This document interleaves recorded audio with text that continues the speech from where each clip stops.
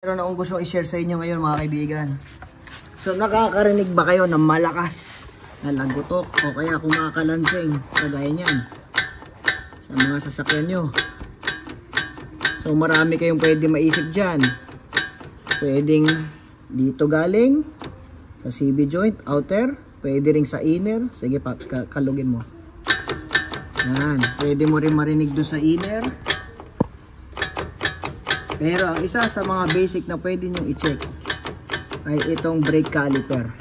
Lakas eh, no? Lakasan mo kalog. Yan. Lakas, no? Tignan ninyo itong brake pads. Yan. Binuksan ko lang yung flashlight. Kalagin mo, Pops. Yan yung malakas na ingay. Pumipitik bakal sa bakal. Yan. Yan, no? So pagkalog ang brake pads nyo, pwede kayong makaramdam o makarinig ng lagutok o yung malakas na kalansing na ganyan. Hahawakan ko yung brake pad, tingnan nyo, mawawala yung ingay niya. Ayun, oh. Diba? Bibitawon ko. Yan. So yan mga kaibigan, ang pwede ninyong i-check kapag nakakarinig kayo ng kumakalansing, kumakalantog at lumalagitik sa bandang gulong. Pag umiikot, umaandar, pumipreno, nalulubak. Yan. Isa pa to, itong backplate. Malakas din yung magingay. Minsan, nagpagawa kayo, umingay, yung pala na-UP yung backplate, no? Sumasayad sa rotor disc. Kaya umiingay. O kaya may batong nakaipit. May customer akong ganun. Hanap sila ng hanap, hindi nila makita.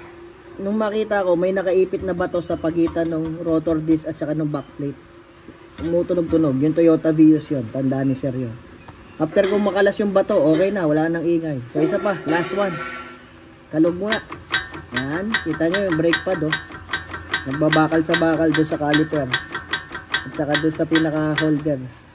Hahawakan ko. Tatahimik yan. Ayan. Wala na. Okay? So, yun lang po. Sana may natutunan kayo. Wala nang gastos siya, mga kaibigan. Tignan nyo lang yung pinaka-shim. Pwede ninyong yupiin ng konti para sumikip. Pwede rin ninyong paltan yung pinaka-bakal. Maraming pwedeng paraan. Pwedeng singitan. Yung iba, yero, ginagawa. Madami eh. Madaming technique para hindi makagastos. Pero pwede nyo yupiin yan. Para lang sumikip ulit yung hawak niya doon sa pinaka-brake pad. Ayan. So, makikita ninyo. Ito po, yung nagpapasikip dyan sa galaw ng brake pads. Ayan. Tsaka pag naluluma, syempre, natatapyas na rin yung bakal. Yung pinakatenga nito, ayan, susugatan din yan, numinipes after ilang buwan, ilang taon. Kumakalog yan. Ang pwede nyo gawin dyan ay pipisain nyo tong bakal na to. So, etong taas, pinisa ko, etong baba ay hindi pa. Pakita ko sa inyo yung kaibahan, ha. Tahawak nga lang yung camera, Pops. So, yung taas, kanina, pag kinalog nyo yung kanina, di ba, lumalagatak. Ngayon, yung taas, masikip na. Yan. May clearance, konting-konti. Pero hindi kasi laki kanina. Ito yung hindi pa nagagalaw. Pakinggan nyo, ha.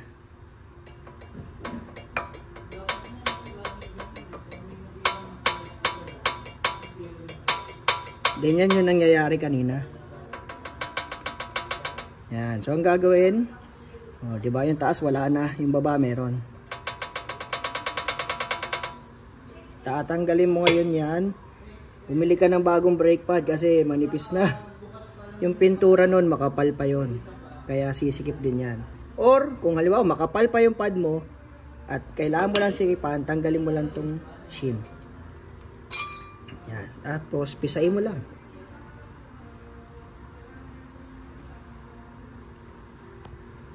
Yan, kabilaan.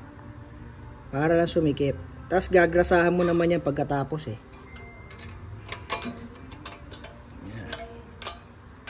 Yan. Salpak. Makikita mo yan, masikip na ipasok yan, oh. Yan, oh, may konting pressure na. Hindi naman yan babalik basta-basta. Kasi matigas yung yero na yan. Oh, ayan, wala na, oh. Wala nang ting ting ting ang kampana. Oh, wala na, di ba? Kanina, kumakalog.